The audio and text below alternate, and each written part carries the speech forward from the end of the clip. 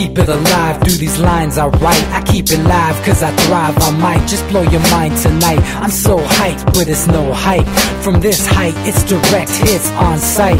I'm your type, lend me your ears to show you that there's something in me. I'm not giving up, I'm standing right here, holding these days hostage. And I'll make this my year. We turning fear into love, and the love's in the air. I love doing this cause nothing compares. Nothing can share that same type of feeling when you feeling them flares. They can't catch it, it's havoc. I rip to a tear, switch the scenario. My stereos, I leave them impaired. Variables start to change and they're all in my range. I just gotta grab it, it's all mathematics. Every step is drastic, I make it fantastic. I'm trying to take your breath away. Asthmatic. This is live through the stereo. Go and let it blow, blow through the stereo. I'ma let them know through the stereo. Yo, here we go through the stereo, stereo. This is live through the stereo.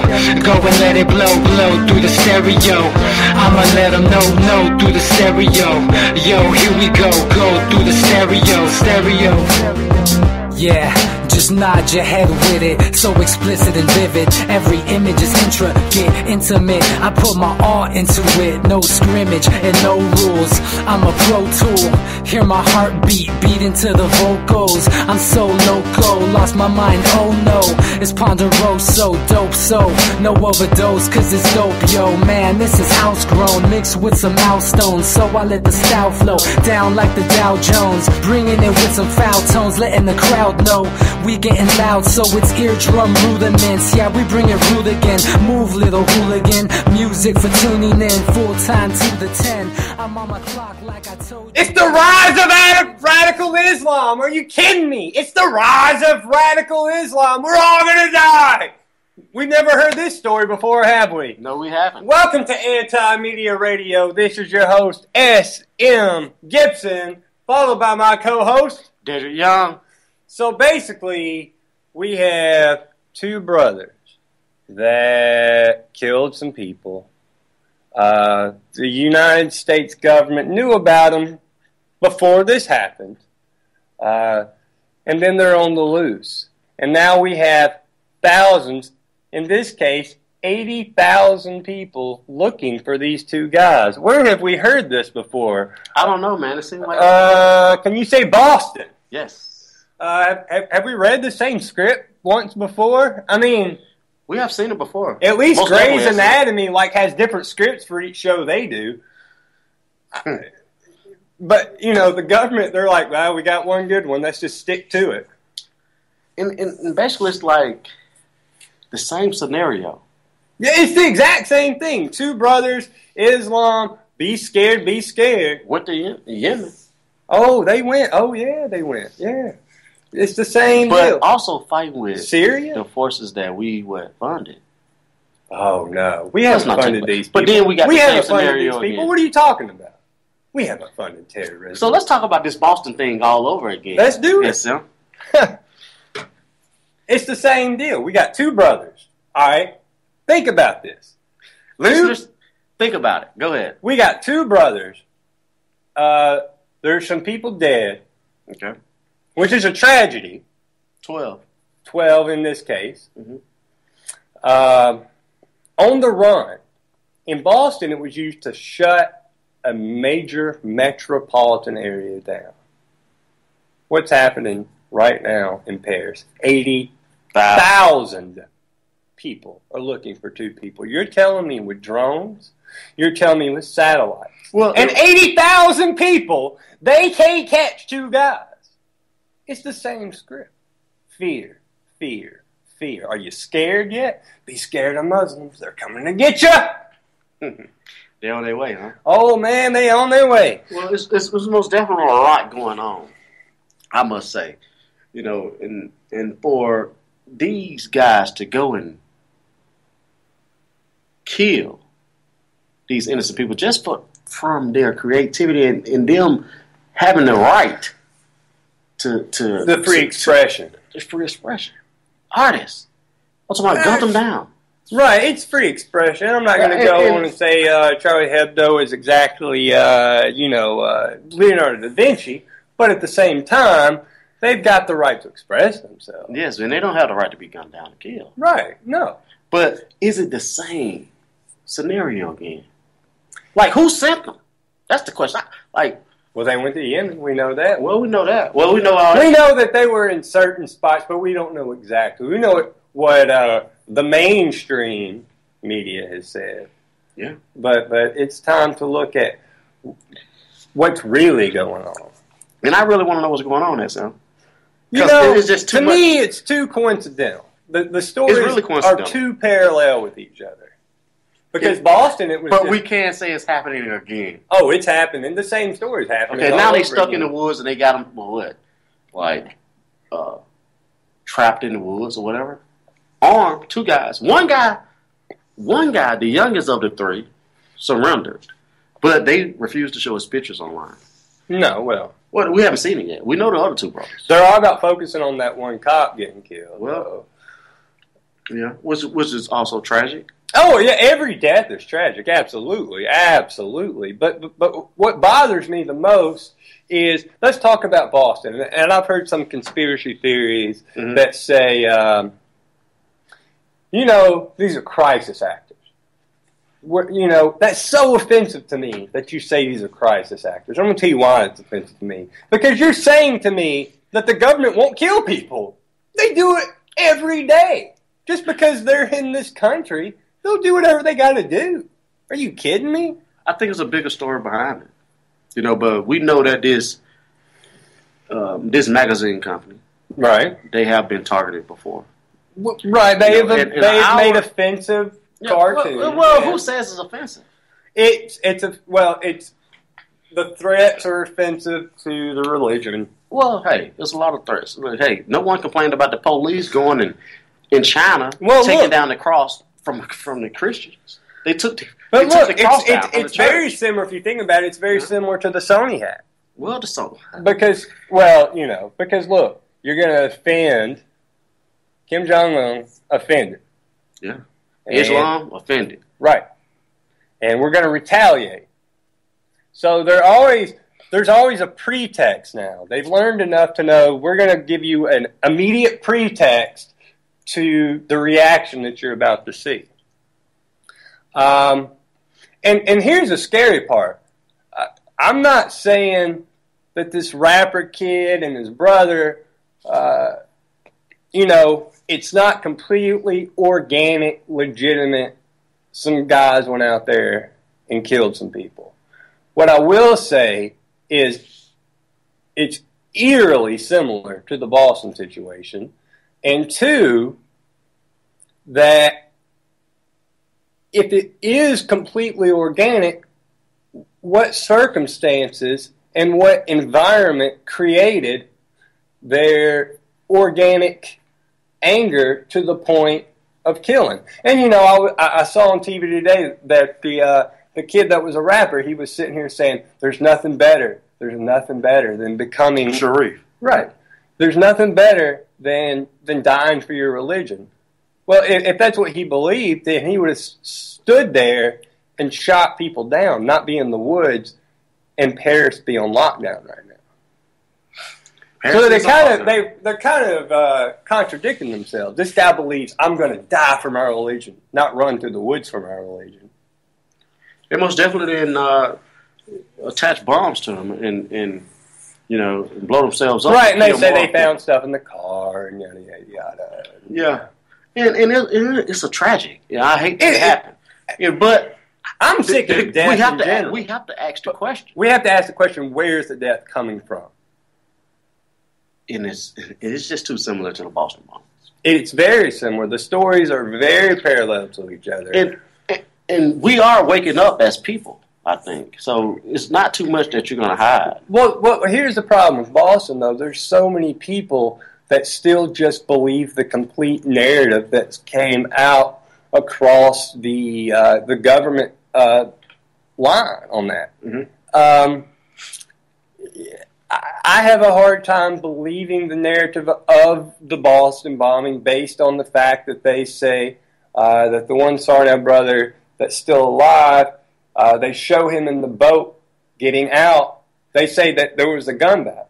Okay? Yeah. They show him, there's photos of him getting out of the boat with no injuries, and the next thing you know, he's been shot in the throat, and they say that happened in the boat.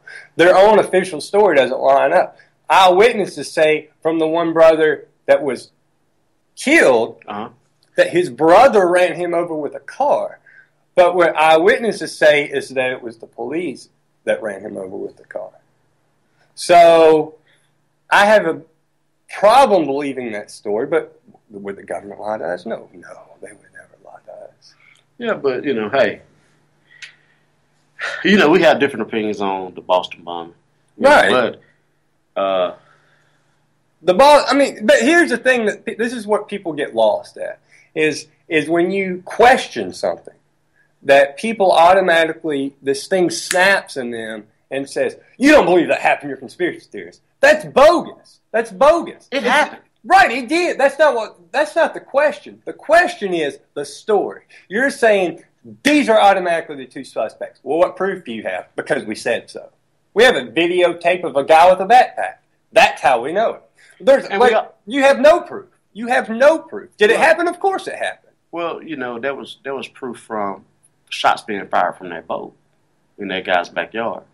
That guy was. But we have pictures. Also. We have pictures of him outside of the boat. Yes, with no wounds. And the next thing you know, he's getting a tracheotomy. He's getting tubes shoved out. He had wounds when he was.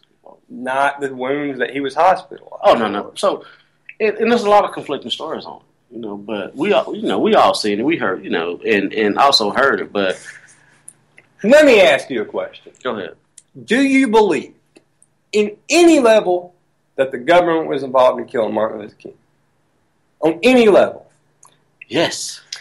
If you believe that they would kill that man, what in the world are you believing anything else they say for? If you already are saying to me, you believe that they would kill somebody, okay, so why are you believing anything else they say? So you're telling me, oh yeah, they killed him, but I believe them about this. Come on now.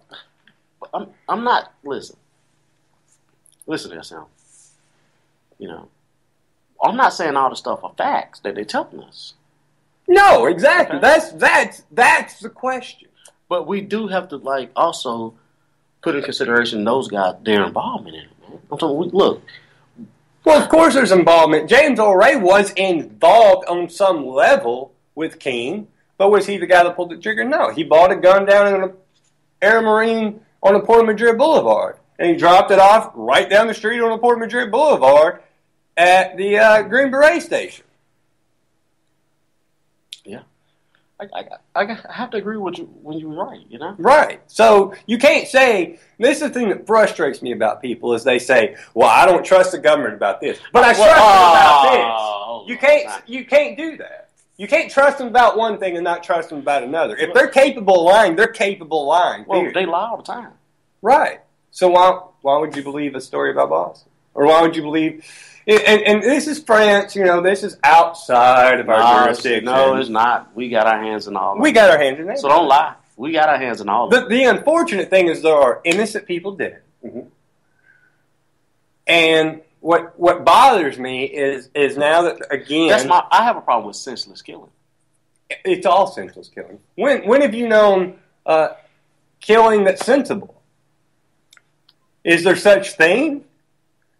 There is no sensible killing. It's all senseless killing. So everybody's like, I have a problem with, senseless killing. Senseless killing. We're going to go out and kill and torture. Is it the American way? Well, of course it's the American way. We've been in perpetual war since the beginning of this country. I forgot to lead off with this, but the absolute brilliant inspiration, Derek Bros is going to be on. He's going to be on at the bottom of the hour. Please stay tuned for that, our guest. He's going to be talking about the torture report. He's going to be talking about 9/11. Very brilliant guy. Please stay tuned for that. All right. Back to what we're talking about. So we've already established there's sensible killings. I don't see that happening. So do you think that could have been a way that we could have intervened in this, like stopped it from happening? No, we didn't know that but these they want guys you to were think involved, that. No. But they want you to think that because they want you to say they're already on the radar. Because listen, they're not going to say, "Oh, we didn't." If there's just two guys that do something, whether they were on the radar or not, I don't understand how these CIA two guys payroll. get away. Like, Oh, that's insane. It's insane. Listen, with drones, with satellites, and 80,000 people on the streets of Paris. 80,000! Can't catch two people. Are you kidding me? Are you kidding Must me? have some secret tunnels over there, man. Oh, must be. They must be from Hamas. They must be going into Israel from Hamas. Oh, geez. They're coming from Gaza. Oh, no. Tunnels. Let's kill some children. Let's excuse it. There's some tunnels. Let's kill some babies. It's a sad thing, man, that we having this to occur again. But we do have to point out all the inaccurate things that we are seeing, and it's just plain science. I'm like, are we seeing this again? We absolutely are seeing this again, but the problem is okay.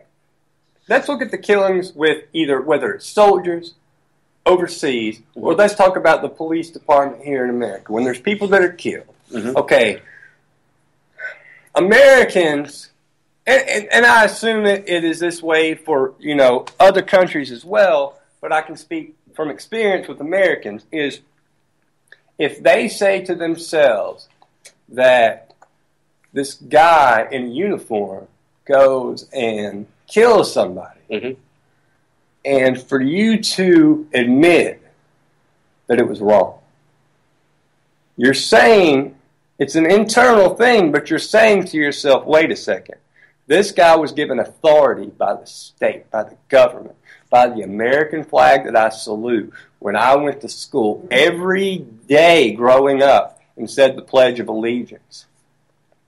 This guy's connected to that. They wouldn't do wrong. I know they wouldn't do wrong. That would never happen. And then it happens. And so then they start justifying these killings. They start saying, well, this happened, or well, he should have listened, or well, they shouldn't have done this. And they justify death because it's an internal thing inside of them that they can't handle. They can't look at truth in the eye. We have to also step back and also recognize who gave them this power. Okay? It's them. We gave them the power. Okay?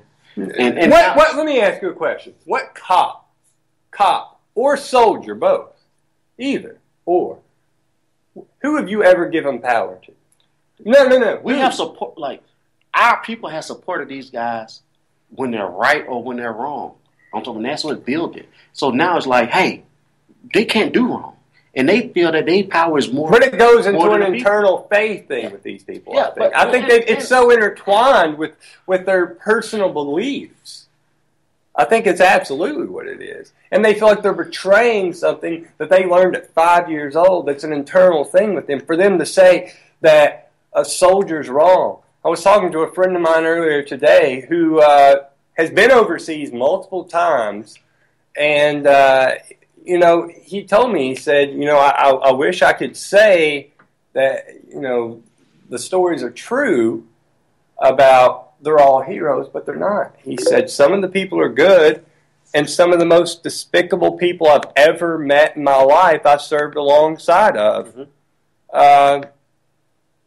That's kind of disgusting. So, in with that being said, and that's coming from one of our absolutely, members, yeah. So I tell you what, I told everybody earlier we are going to have a special guest tonight. Okay. Very intelligent man, Dedric Bros. Welcome to the show. What's up, man? How you guys doing? Doing good, man. How you doing? A good night. Ready to get into this. Hopefully there's some people out there ready to get inspired to take action this month. Absolutely, brother. So, all right, before we start, tell us, and I know you're a humble enough guy, but it came out of you. the day of torture and the day of action. Tell us about that. Yeah, man. Basically, as a journalist, both with Anti-Media and with a number of other outlets, I'm sitting back these past month or two, watching and waiting for the Senate torture report to come out. I was definitely not alone, and we've been keeping an eye on this situation and really just waiting for it to come out and see what new details would come. And when it finally comes out, of course, the media makes it into a partisan issue, and the report is quickly forgotten once other things happen, like the Sony hack or whatever else they want to talk about other than actual torture. So it was, it's disturbing to see. For one, I think it's sad to see, and I feel like we owe I feel a sense of responsibility to the people who are still in Guantanamo and other places, because of course we don't know all the various black sites that actually exist. But these people who are there, who have been taken, kidnapped, essentially by the government that many of us pay taxes to.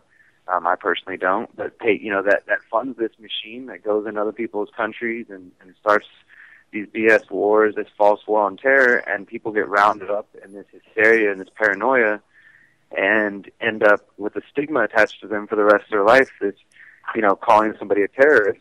And many of these people have been cleared of wrongdoing, and they're still being held, and they try to protest by doing hunger strikes, and what do? They torture them more through force feeding. And these people, are just sitting there waiting for some form of justice. And I feel like it's really, we got to be the voice for those who are voiceless in many ways. And somebody like that who's locked away in a military prison where the average person, journalist, nobody has access to them. Very few people have been able to go there and have any kind of contact with them. They've been away from their families, and as I said, a lot of them are cleared of wrongdoing, have done nothing, never been charged with any crime, but nobody will let them go home. And it's a really messed up situation. So I feel I felt called to, reach out to, of course, the Anti-Media, you guys, and Ben Swan, and the Liberty Beat, and all the groups that I work with, the Conscious Resistance and the Freethinkers, and just really ask people, like, hey, do you care about this? Like, does anybody else want to do something about this? And there seems to be a general good response coming back, that people realize that this is an issue that we can't let die down. Absolutely. I think, like, when Nick brought it to me at first, and it really, like, touched inside of me. I was so glad, and of course it came from you, that somebody was doing something about this, because, we were all talking about this, and oh gosh, it's terrible, we're torturing people, and then the interview and the whole North Korea thing came out, and then the media just dropped it, and it wasn't a big deal anymore. Which is such a big deal, I think. Right, well, it's, we're going to forget that we're torturing people and that we're raping people. Right, because there's a movie out. And I think the media is just at fault for saying, look at the right hand while the left hand's screwing you, basically. And I think that's what's so important about this day of action, is that it's bringing attention back onto something that needs a huge spotlight put on it. And I'm so glad that you did this, Derek, that this is something that cannot be just dismissed in 2 days in a news cycle. Absolutely, this deserves our attention, and the Anti-Media ran the article which talking about the rapes that happen to young boys and children, being raped in front of mothers, and the rectal feeding, the permanent damage to people's nose and rectum, and standing on one leg for 24 hours. Like the little bits and pieces that we actually got out of this several thousand page report are disgusting and disturbing. And honestly, there's been a good response, and we're seeing that online. We threw out the memes, and we created the Facebook event, the National Day of Action Against Torture. But now it's become a global action. Some people from Germany reached out to me and asked me to, add some German text to the event so Germans can understand. So it's officially a global day I of actually action had a few people from England today reach out to me. So absolutely, it is global. Absolutely. So see, we got this global thing going on, and we have to. We've got some good reaction to it, but there's also been, as we were talking earlier, man. There's been, for me, a surprising. I guess maybe I'm surprised because I'm constantly surrounded by lots of awesome actors and people, and sometimes I delude myself into thinking that everybody has come to this compassionate place and realizing how wrong torture is and that it doesn't provide the United States government with any, valuable intel, even if that was a reason to torture people. It doesn't do that, so that's false, that people try to repeat that. And I think it's a real sign of our times that people have lost this idea of the United States as some type of moral nation or having the upper hand, taking the high road, etc., when they're now really thinking in a sense of an eye for an eye. People are like, well, what are they going to do to us? Or they're petting our people. Or, they make these excuses. I've gotten into several debates today online with people and with soldiers, former soldiers, who I tend to say, thank you for putting your life at risk. I'm sorry that you risked your life for a farce, for something that, you didn't think. And this guy was willing to admit that. He's like, you know what, I know that we didn't go fight for the things that we were told. It wasn't about freedom, and we were probably serving puppet governments and corporations. But then they still try to justify it, and he says, but still, I did what I had to do to come home to my child. And I'm not trying to attack any veterans. I have plenty of friends who are veterans who have also gone through this experience and had to say that, yeah, it definitely wasn't what I thought it was, and I wasn't really fighting for America's freedom. And I know that this is a difficult subject for people, and especially for vets, and it's easier sometimes to put your head in the sand and just to act like what you went through had value to it. And not to say that those experiences nobody can take away an experience from you, regardless, military experience or otherwise. And I'm not trying to do that, but I think it's important especially for soldiers, people coming back, veterans. Adam Kokesh is, of course, a really well-known vet. There's other outspoken vets who speak out against the problem, try to speak to the younger generation to not get sucked into that mentality and to think that this war is about anything other than advancing an agenda that has nothing to do with freedom. It is only about conquering as much of the world as possible, taking the resources from those individual nations, and instilling puppet ideals and puppets to run the government. I mean, they're really. It's just surprising to me. I've had this thought kind of ringing through my head today that it's 2015 and we're still having to tell people that torture is wrong. It just blows my mind. And people, somebody was telling me, in war, are you going to try to argue that we need to be compassionate during war? War is a violent thing by its nature. It's going to involve death and all that type of stuff. And we can accept that and understand that, but there's a difference between that and, accepting straight-up abuse of other human beings and, cruel conditions and things like that really have nothing to it freedom, or even if we were to buy the whole narrative of it is about freedom, torturing people doesn't increase America's freedom. It makes us less safe. Yes. And why should that even be up for debate? Torturing is wrong. Even But you have to remember that that people justify the torture. Basically, they're justifying it out of their own fears, and it's kind of twofold. The situation with torture, I think, is very twofold. There's a situation where they don't want you to know what's happening, and they do want you to know what's happening. And I think there is a certain aspect of government that does want you to know what's happening, whichever way they leak it, is because they want the population to know that they're capable of doing this. And that instills an extra fear. The entire situation to me is based in fear. Is that people justify the torture because there's some guy overseas that's going to come hurt me, so you better hurt him first. That's fear. But also, it comes at, your government's capable of doing something this wrong. Mm-hmm. So you're not going to step too far out of line because they'll torture you. The whole thing is based in psychology and fear. And it's disgusting and gross. And it's what really frustrates me the most, and I rant about this all the time, is that Christians who believe in the teachings of Christ, which is peace, justify it. It's insane to me. Yeah. what would Jesus do? I can tell you this right now, Derek. It wouldn't be torture. Yeah, you're right.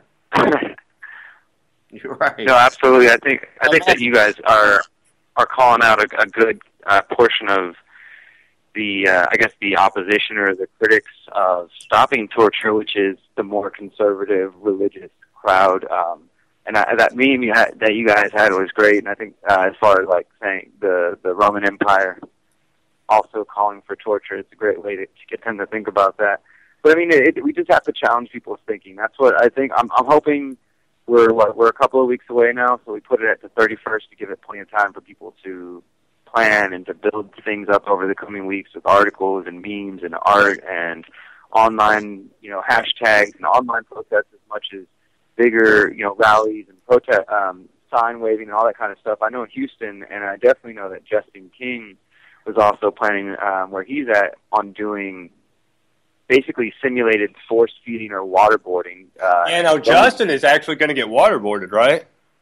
Yeah, I plan on getting waterboarded out here in Houston as well. We're going to make sure there's like a nurse, everything's all good and safe and stuff, because obviously nobody wants anybody to get permanently hurt. But I definitely feel, again, like I said, I feel called to just like out of some sense of solidarity for those who are being unfairly held and, waterboarded and all this, that's atrocious things that at the least, we can go out in public and have a big rally and try to get people to pay attention and then show them how, messed up these things are and how horrible it is, and maybe get them to face that reality so they won't accept it, Absolutely. Now, I want to kind of lead into this, and this is kind of what's kind of led the country into justifying a lot of these brutalities is 9/11.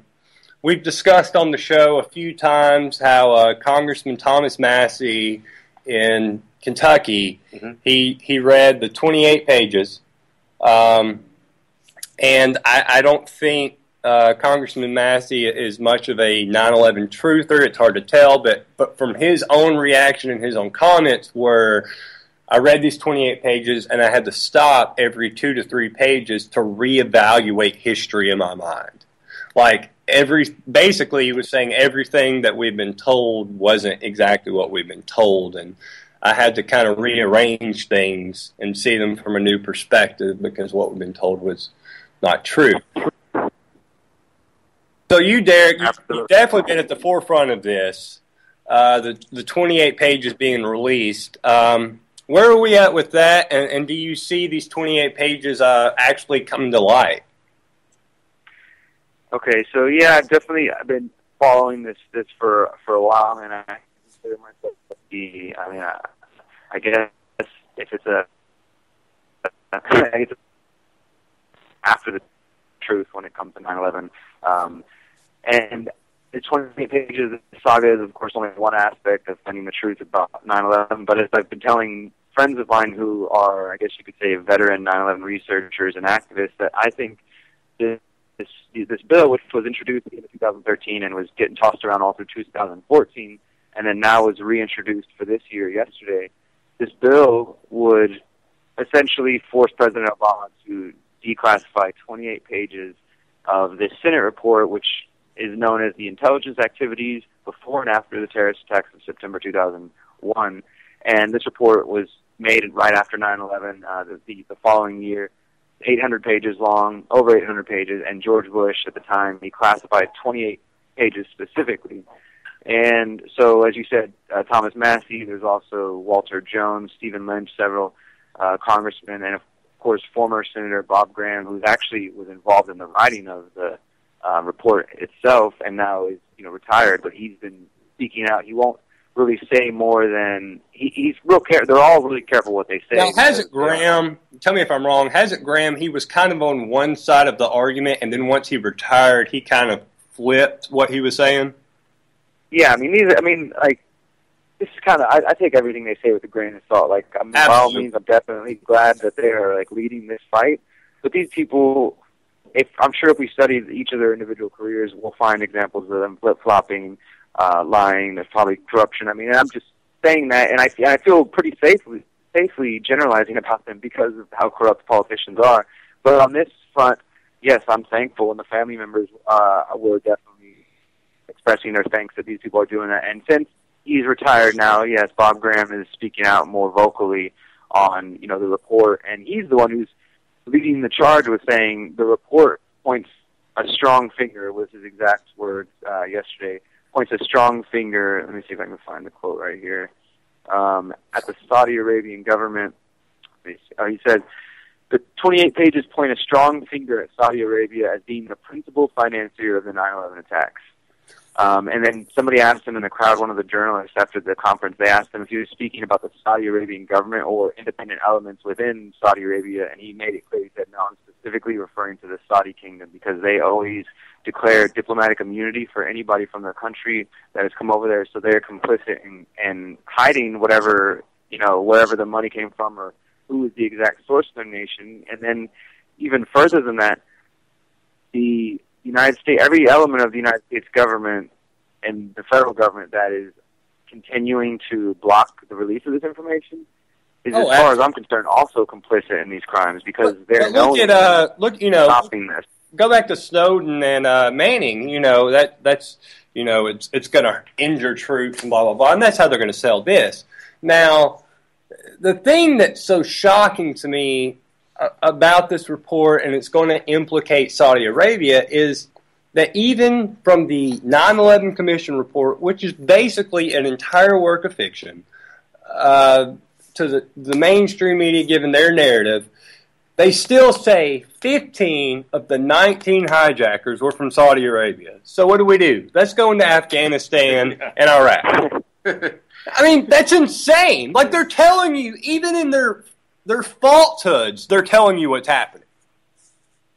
That Saudi Arabia is involved on some level. Absolutely, no. Like you said, the hijackers were majority from Saudi Arabia. There's, for anybody who spent 10 minutes looking into 9/11, go research, go look up, names. His nickname is Bindar Bush because that's how close he is with the Bush family. But the Saudi royalty and the Bush family are extremely close. There's literally all kinds of them holding hands together. Yeah, absolutely. I mean, the American government seems in many ways subservient to the Saudi kingdom, and of course, some would point to the fact that the United States petrodollar is dependent on Saudi royalty oil, and for whatever reason, that makes this nation bound to them and kind of afraid to challenge them. So we have a complicit media afraid to question or look into 9/11. Thankfully, there have been some reports about this press conference, at least, but for the most part, they just completely gloss over it and ignore it. Or when they talk about it, of course, they just make fun of people and call them truthers and act like it's a crazy thing to question 9/11 when there's obvious holes and fabrications in the supposed official report that we're supposed to all believe. And then that said, this is the justification for the war on terror. This is justification for the torture that's continuing to happen today, the surveillance state, the growing police state. All these things can be traced back to, or at least the growth of them can be traced back to the attacks on 9/11, and everything that's happened since in the past of the Patriot Act was all justified through this. So, it's all connected for me, and that's why, personally, in my research and journalism, I try to bring those connections for people to see, like, how many of these issues are really interconnected, that it's hard to break them down individually and understand them without seeing the way that they relate to the larger picture, and this is definitely a geopolitical picture. So the reason that more than likely, President Obama would not allow this bill to get through, even though it has a growing amount of support, is because if the American public finally has to accept that they were lied to about one part of the 9/11 Commission report, and that we went to, as you said, the wrong countries where the people weren't even it's from. It's a can of worms that's not open. Exactly, that they would not be able to put it back. Once you open Pandora's box, you can't close it. It's all of a sudden the truthers may have it's just this little light of the truthers may be right. Exactly. If they give any sort of legitimacy to the quote unquote truthers in their cause, then people might be willing to say, you know what, maybe I should listen to my crazy friend over there. I'm going to actually watch this documentary or read this book or check out those articles. Right. And you might have a whole new generation of people questioning 9/11, which is exactly what we need. So I recommend anybody that cares about 9/11 to this is my advice. Is you have a unique opportunity here. Instead of having to go to people on the streets or flyers or whatever, start off with the more, I guess you could say, out there, difficult to accept aspects of 9/11 because it's a huge topic. We now have mainstream news here. We have senators and congressmen and a bill, that for certain people that legitimizes the cause in their mind. You tell them, look, I know you're not really into question 9/11, but there's a actual bill here that says that we should declassify these 28 pages. The family members supporting. There was family members at this press conference from the 9/11 Families United for Justice Against Terrorism, speaking out about it, saying that, this is Terry Strada, the co-chair, whose husband, Tom Strada, died. She said, private citizens in Congress must take action against those who are responsible for aiding and abetting the 19 hijackers that murdered nearly 3,000 innocent people on American soil, no matter who they may be, no matter what government they are, and no matter what country they come from. I mean, if people want to say that they support 9/11 family members and, they want to respect them and whatever and try to hold 9/11 in this really high place in your mind as far as American history goes, then you need to be willing to listen to what these family members are saying, and they're telling you that what they were told is a lie. These family members ask for three things: accountability, justice, and truth, and that's what they're after, and that's what I'm after, and I think anybody who seeks that with 9/11 should use this news here, this press conference that just happened yesterday, and this effort. The bill is H.R. 14, House Resolution 14. If you believe in calling senators and sending emails and doing stuff like that and asking them to support that, then go ahead and do that, if that's your mode of action. Or if you're more about getting on the streets, print out some flyers, go to the website, look up information on this, talk to people, hold documentary screenings, do whatever you got to do, because I don't think that 9/11, I don't want to be where we are with JFK. It's 50 years later, and most people accept that there's an obvious conspiracy with the JFK death, but nothing ever happened. That was an American president that was assassinated. It was a coup in the United States. And nothing happened about it. We can't let that happen with 9/11. We can't be 20 years from now looking back at 9/11 and still questioning it and the American people just accepting, yeah, something happened on 9/11, but we'll never know. I'm not going to let that happen. I know there's plenty of people who won't let that happen. Absolutely. And, I was in your state just last week and was up at Dewey Plaza into the Kennedy stuff. And while I was there, I noticed that gas was $1.81. Just 2 weeks prior to that, the ruble was crashing in Russia. Now, that all ties into what country? Saudi Arabia.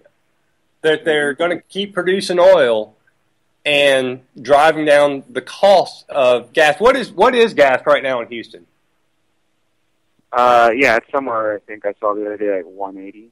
And see, that's the thing that people don't realize is that Saudi Arabia is relevant to your everyday life, whether they believe it or not. And it's funny that to me that gas was at a premium, and then all of a sudden we went back into Iraq, and then we agreed to go into Syria, and they're going to say, well, we're going to keep producing oil, and then the cost plummets. So it's kind of like we scratch your back, we scratch your back.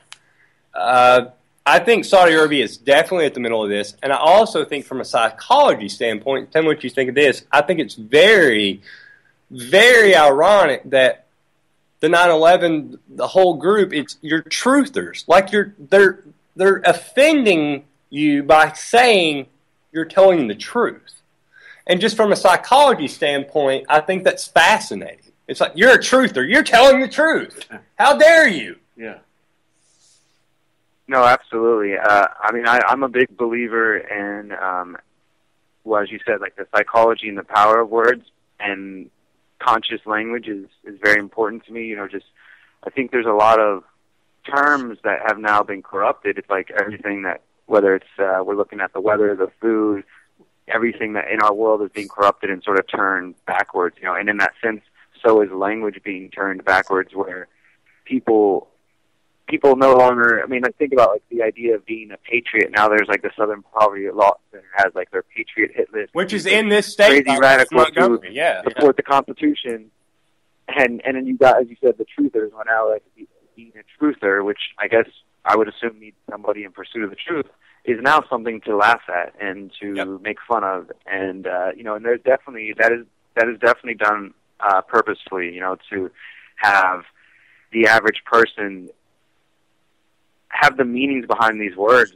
just flipped and switched on them, it's definitely affecting the way that we communicate and look at each other. And I don't know. I mean, we have to. That's why we have to make sure that these words stay with the meaning. We have to make sure that patriot. I mean, I'm not really sure if I'm a fan of that word itself. Anyways, I think it can mean certain good things, but that word has definitely become more equated to terrorist in the past couple of years than anything.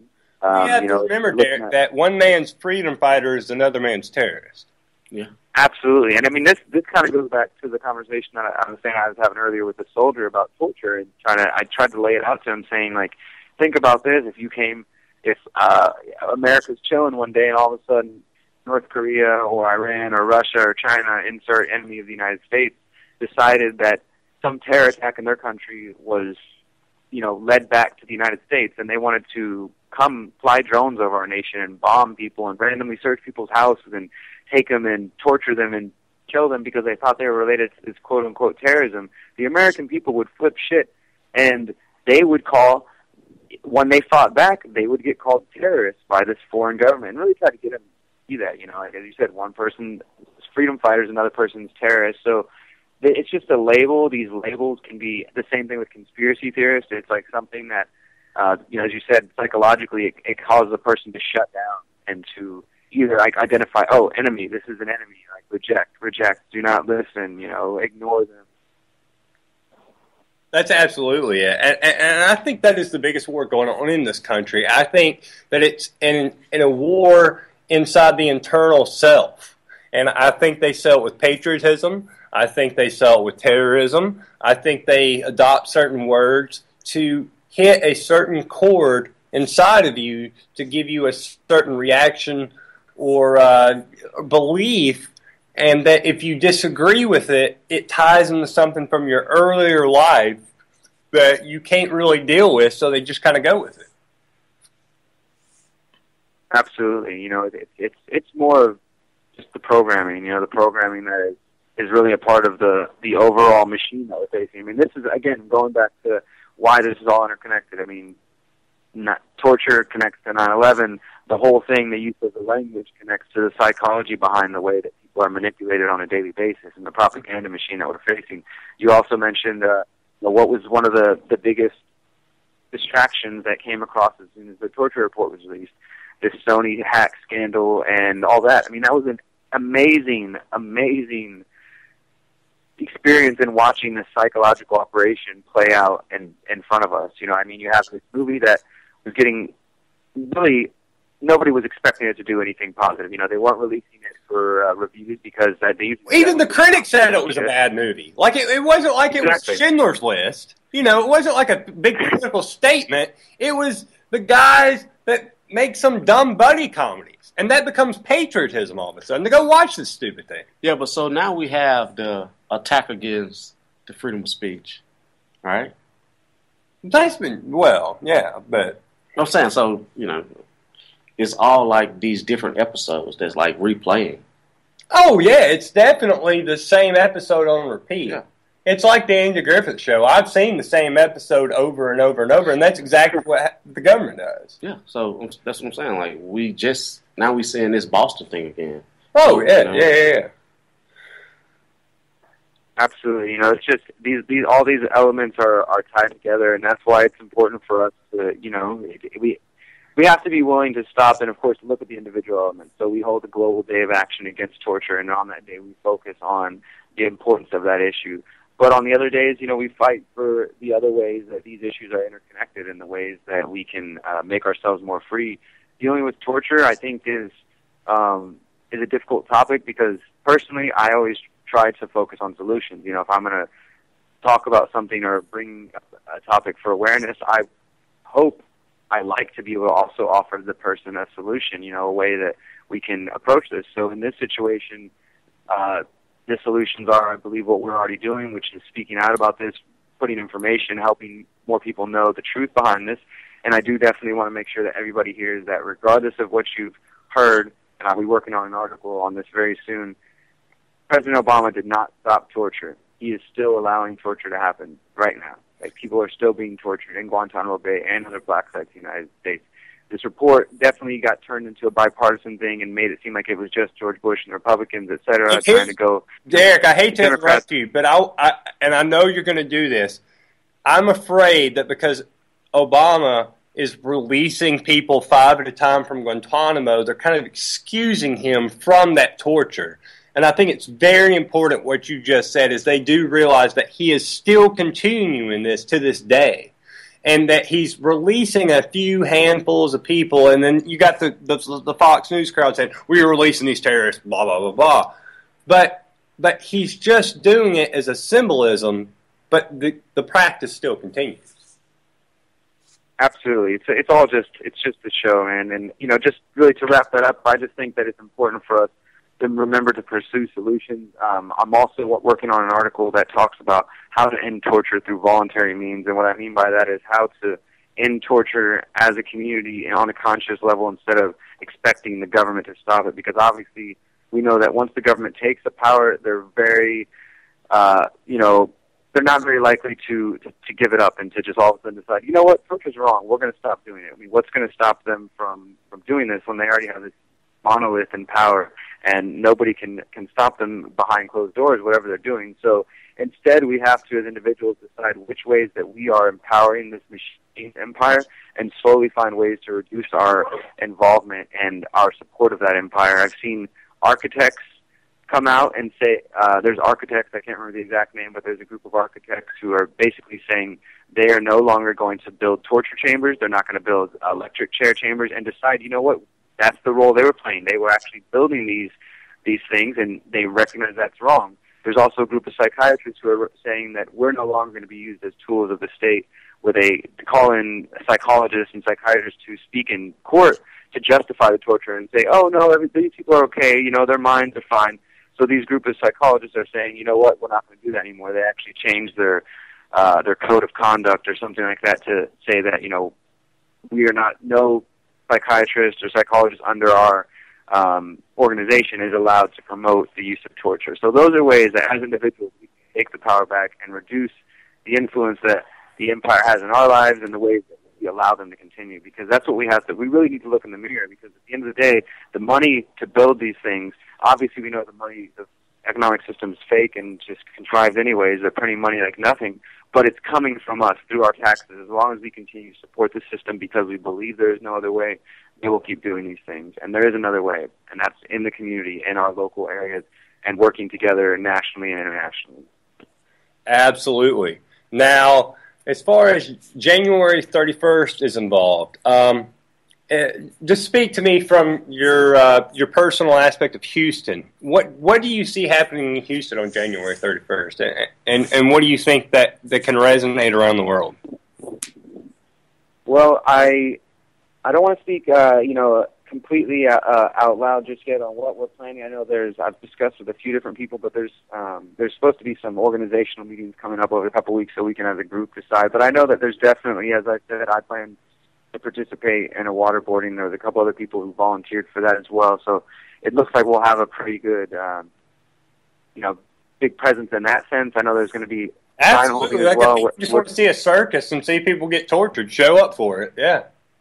Basically, that's what it is. You know, right. There's also some people who are planning to do some type of street theater as well. So there'll be street theater. There'll be protesters out. You know, people I'm sure talking, bullhorning, and signs, and getting waterboarded. Come out and have a good time and see what America's all about.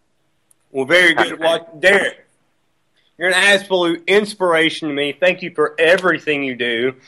I will be seeing you again, I guess, in April. Yeah, in Philadelphia, right? Yeah, in Philadelphia with John. Awesome. And, thanks. That book. Y'all got a book coming out, so throw that in there.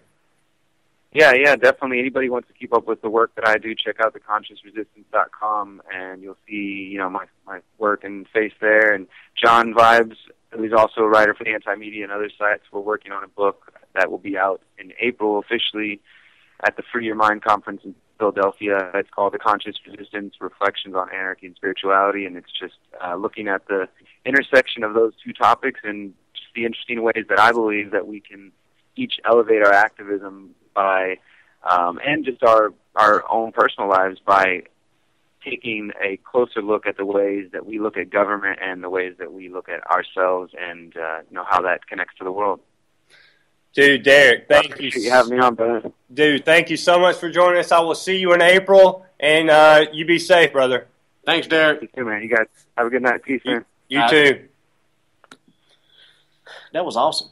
Yeah, I mean, he to me, he's an inspiration. I got to hang out with him. I got to stay in his house in Houston and hang out with him and his friends, and they're just the most welcoming, warm, wonderful people. And the thing about Derek, I'll say is, I think a lot of people talk a big talk, but like this guy actually lives what he talks. Yeah, he walks the talk. He walks it. Yeah, I mean, and very impressive person. So I think everything he said tonight holds a lot of weight. Yes, and I wish people would kind of listen at least. At least open the narrative, the dialogue. I agree with what he's speaking on about first starting it within the community.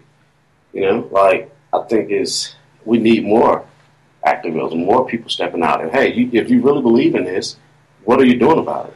Right, and I think that goes back into the media itself. Is there's this pressure put on people that says, I know you think this, but there's a stigma against it. It's what we talked about earlier as far as the truther movement.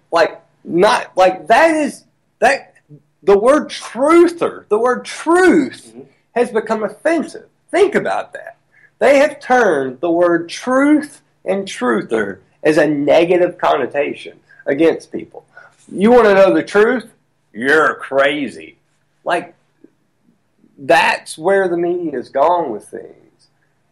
And I think that is the directive that is kind of steering us away, this propaganda.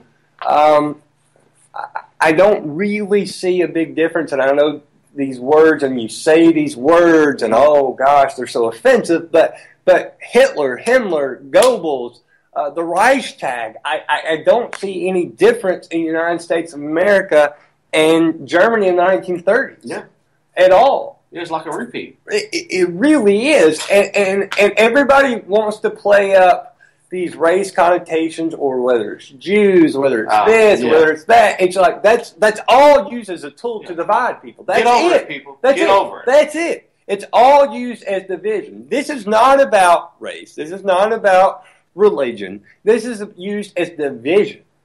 And they want to divide you. And you know what? They don't give a shit because let's pretend we all have the same skin color, okay? Let's pretend. Yeah. Let's pretend we all look the same. They're going to say, listen, were there people for years making jokes about people from Poland? Polacks. You know what? Because people find differences. There's always going to be somebody that finds a difference in somebody. We have to get over that. We're all human beings, period. So, and I wonder what it's going to take for us to realize that, man. Because the media, we're seeing it every day, and we're not just seeing and we're seeing part of it, and we're still being misled. Well, not people are being misled because we're more aware. Right. I believe that there is a certain part of the population that is aware of what's going on, but they're aware to an extent. We're all aware to an extent. I don't even think anything we think we know, we don't really know. Yeah. There's a lot of things that we really don't know about. Exactly. And it's now just coming forth, but it's fear. That's all anything is. All anything is fear. Whether you're a politician, whether you're Thomas Massey, Justin Amash, people that I think are doing the right things, they're not going to come out tomorrow and say 9/11 was an inside job. You know why they're not going to do that? Fear. Are you afraid? You know what? I'm not afraid. But you know what? Thank you so much for Anti-Media Radio with my co-host. And for Derek Bros, thank you for your intellect. We will see you next week. I'ma let them know through the stereo. Yo, here we go through the stereo.